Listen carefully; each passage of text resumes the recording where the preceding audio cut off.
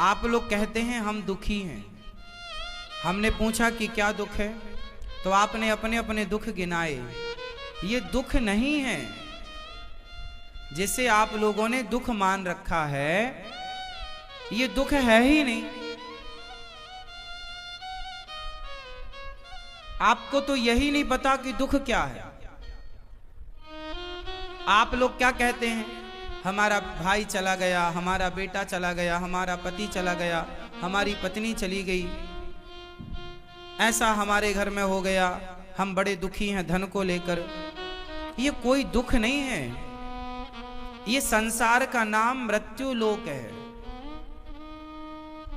क्या लोक है ये?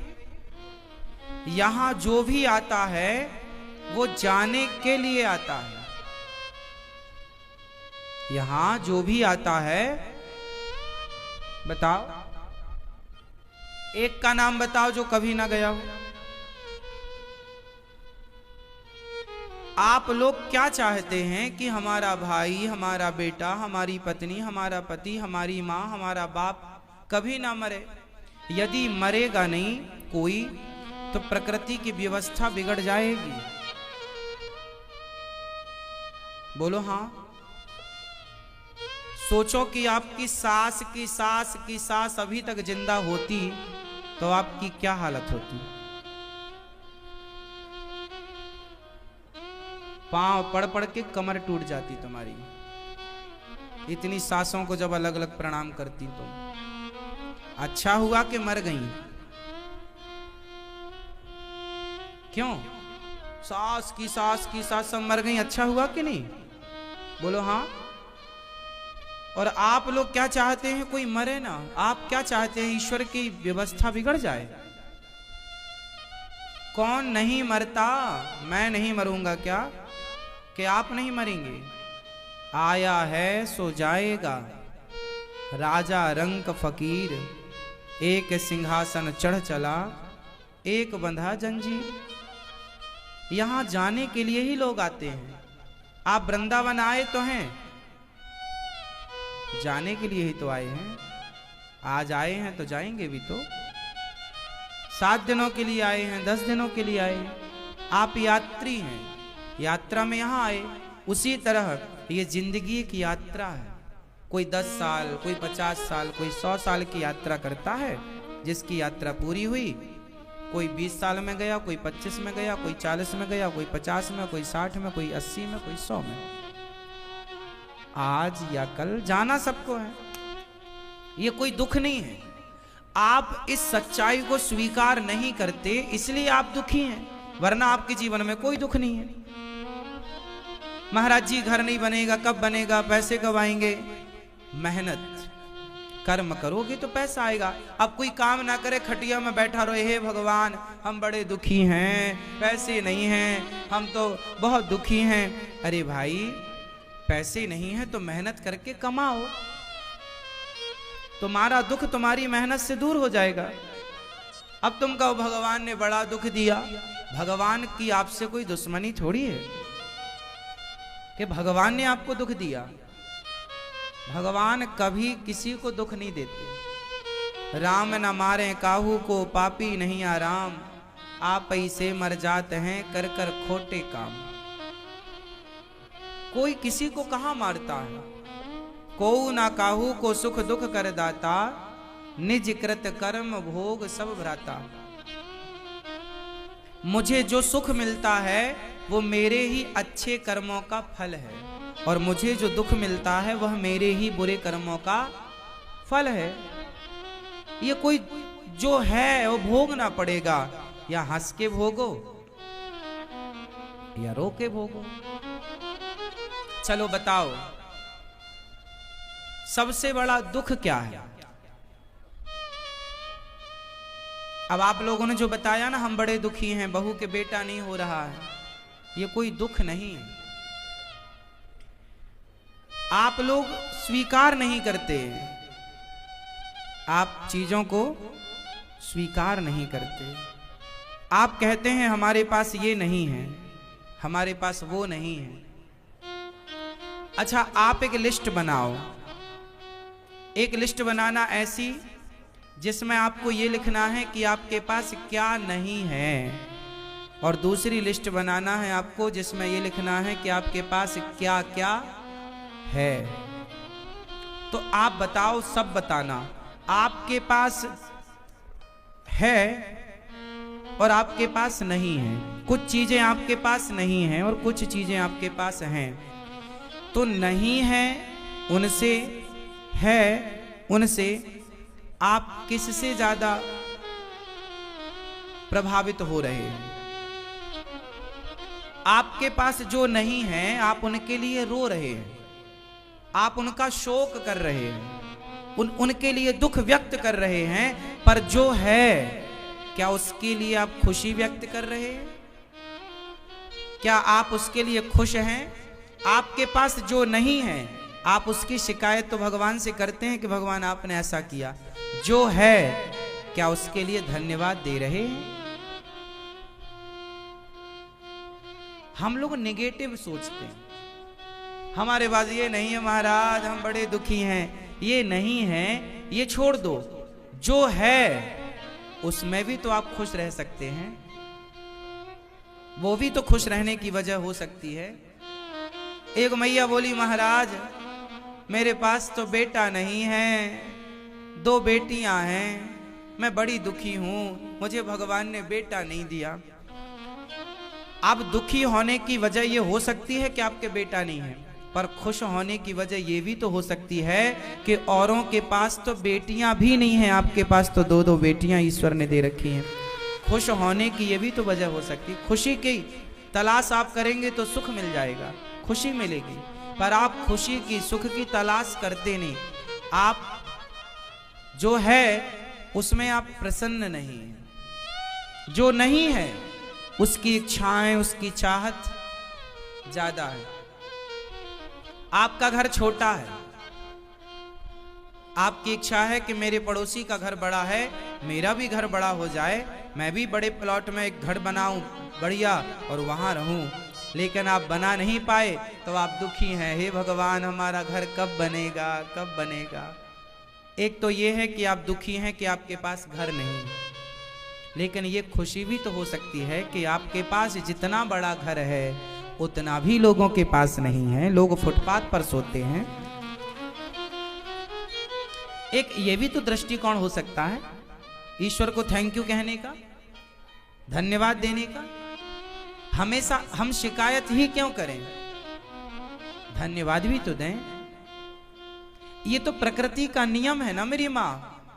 आप छोटे से बच्चे को देख लो ध्यान से, आप छोटे से बच्चे को बाजार ले जाना और खिलौनों की दुकान में ले जाके खड़ा करना, तो आपका बच्चा तुरंत खिलौनों की तरफ हाथ बढ़, ये वाला माँ, ये वाला खिलौना दिलाओ, ये वाला, ये वाला। आप दिलाओ, आप दिलाएंगे, घंटा 2 घंटा उसके संग खेलेगा, 10 मिनट या 20 मिनट खेलेगा, और खेलने के बाद जिस खिलौने के लिए वो रो रहा था, मां नहीं दिलाती तो रोता, और दिला दिया तो 10-20 मिनट बाद पड़ा है उसकी तरफ देखता नहीं है। हाँ या ना? ऐसा होता है या नहीं? बच्चा खिलौने की जिद करता है और मां ने दिला दिया या पिता ने, तो खेलेगा 10-20 मिनट और फिर पड़ा है, मां कहेगी खेल ले उसके साथ, नहीं खेलूंगा। और फिर दुकान ले जाओ तो दूसरे को देख के कहेगा अब ये वाला दिलाओ। बस वो बच्चे आप ही तो हैं। आपको ईश्वर ने जितने खिलौने दे रखे हैं आप उनसे खेल चुके हैं। अब आपको एक नए खिलौनों की चाहत है, हमें ये मिल जाए, ये मिल जाए, ये मिल जाए। जो आपके पास हैं आपको उनकी कदर नहीं है। बताओ आपके पास सबसे अनमोल चीज क्या है? आप बताओ, आपके पास सबसे अनमोल चीज आपके घर में, आपके जीवन में क्या वो चीज है? आप सबसे पूछूंगा, जिससे पूछूंगा वो बताएंगे। सबको उत्तर खोज के रखना है। आप सबसे मैं सवाल करूंगा कि आपके घर में, आपके जीवन में वो कौन सी चीज है जो सबसे कीमती है और वो आपके पास है? आप बताओ, बताओ। हाँ क्या गाड़ी सुनाई पड़े हमें?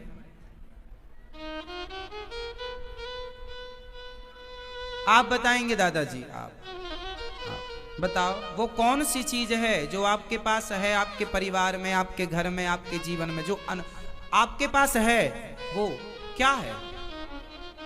हाँ? आशीर्वाद। 100 में से 99 लोगों को यही नहीं पता कि हमारे जीवन में, हमारे परिवार में, हमारे घर में सबसे अनमोल चीज क्या है। जब आपको पता ही नहीं कि आपके पास हीरा है तो आप तो कांच का टुकड़ा समझ के रो रहे हैं, हे भगवान हम बड़े दुखी है, बड़े दुखी है। और क्या है तुम्हारे पास? हीरा। आप सबके पास एक एक हीरा है,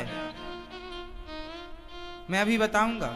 सबके पास एक एक हीरा है, लेकिन आप कांच के टुकड़े के लिए रो रहे हैं, ये नहीं मिला भगवान, ये नहीं मिला भगवान। मैया पीली मैया बताओ, जल्दी बताओ मेरी माँ, क्या है आपके पास जो अनमोल है? फास्ट। दिमाग। बहुत दिमागदार हो, थोड़ा हमें भी दो दिमाग। पीले भैया, माँ बाप, ठीक कहा आपने।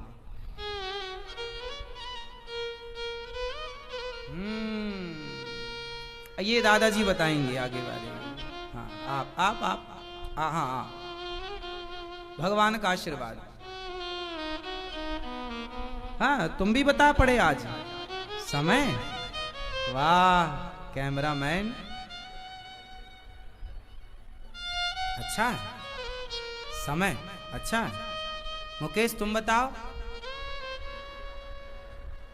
कैमरामैन जरा फोकस करो।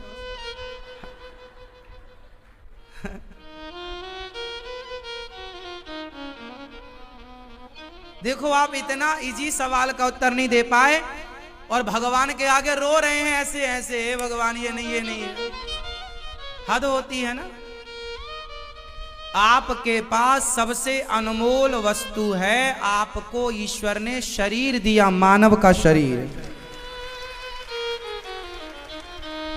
क्या है आपके पास सबसे अनमोल चीज? आपके पास शरीर है तो सब है, और ये नहीं है तो क्या है? देखने को अच्छी आंखें हैं, चलने को पांव हैं। लंगड़ा होते तो क्या कर लेते? अंधे होते तो क्या कर लेते?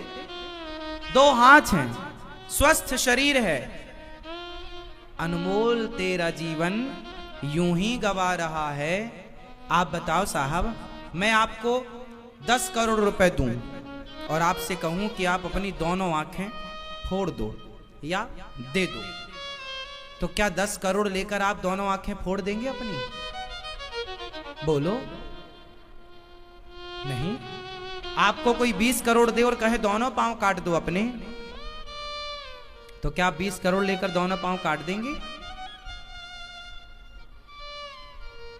बताओ, क्या पैसों से शरीर की तुलना हो सकती है?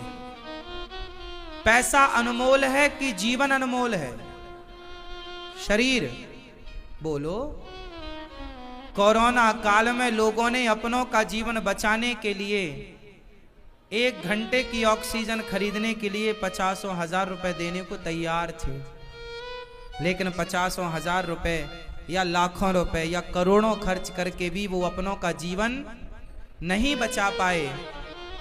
लोगों ने अपनी सारी संपत्ति बेच दी अपनों के जीवन को बचाने के लिए। सारी जिंदगी जो संपत्ति कमाता है ना व्यक्ति, वो एक पल में आदमी अपनों के जीवन के लिए बेच देता है, क्योंकि हर संपत्ति से कीमती आपका जीवन है, आपकी श्वासें हैं, और वो ईश्वर ने आपको दे रखा है। उसके लिए आप धन्यवाद नहीं करते कि हे भगवान तेरा धन्यवाद, तूने ये दिया, नहीं दिया। हे भगवान बहू के बेटा नहीं दिया, अब तुम्हारी पूजा नहीं करेंगे, ये नहीं दिया, वो नहीं दिया। कुत्ता भी जिस घर की रोटी खाता है ना, उस मालिक की वफादारी के साथ वहां की नौकरी करके वो एक रोटी का हिसाब चुकाता है, रात भर जाग करके वहां की सुरक्षा करता है। क्यों? एक कुत्ता भी अपने मालिक की एक रोटी का एहसान नहीं भुलाता। बोलो हाँ, क्यों जी, बताओ सही है या गलत है? मालिक की एक रोटी का एहसान कुत्ता भी नहीं भुलाता, लेकिन आपने उस परमात्मा के दिए शरीर का एहसान भुला दिया। ये कितनी अच्छी बात है या कितनी बुरी बात है? मेरी माँ, ये मत कहा करो हम बड़े दुखी हैं। अरे आप वृंदावन में आए हैं, आप अपने कानों से कथा सुन रहे हैं, अपनी आंखों से भगवान का दर्शन कर पा रहे हैं, इन हाथों से आप समाज की सेवा कर पा रहे हैं। आप जैसा सुखी धरती पर कौन है बताओ तो जरा। कुत्ता से कहा जाए कि चल तू राम राम बोल, कुत्ता ना बोल पाएगा। कुत्ते से कहा जाए चल तो किसी का पेट भर ना भर पाएगा। 84 लाख योनियां हैं मेरी माँ, चींटी, हाथी, कुत्ता, बिल्ली, इन 84 लाख योनियों से ईश्वर ने आपको सर्वश्रेष्ठ बनाया। सुंदर सा शरीर दिया है, भारत देश में जन्म दिया है, गंगा यमुना का किनारा मिला है हम भारतीयों को, भागवत जी सुनने को मिल जाती हैं, बिहारी जी का दर्शन करने को, जगन्नाथ जी, द्वारिकाधीश जी, रंगनाथ जी, सब महा तीर्थों का दर्शन मिल जाता है। माँ बाप की सेवा कर लेते हैं। इस शरीर से, इन हाथों से 2 पैसा कमा के किसी भूखे को रोटी दे देते हैं। अब बताओ और क्या चाहिए? रही इच्छाएं, तो इच्छाएं आपकी कभी पूरी नहीं हो सकती।